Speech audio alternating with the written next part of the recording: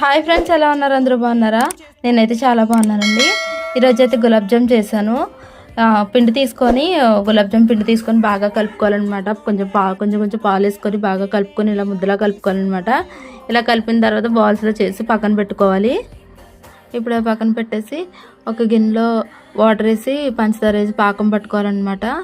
అందులో ఒక 4 యాలకులు కూడా దంచి వేసుకోవాలి.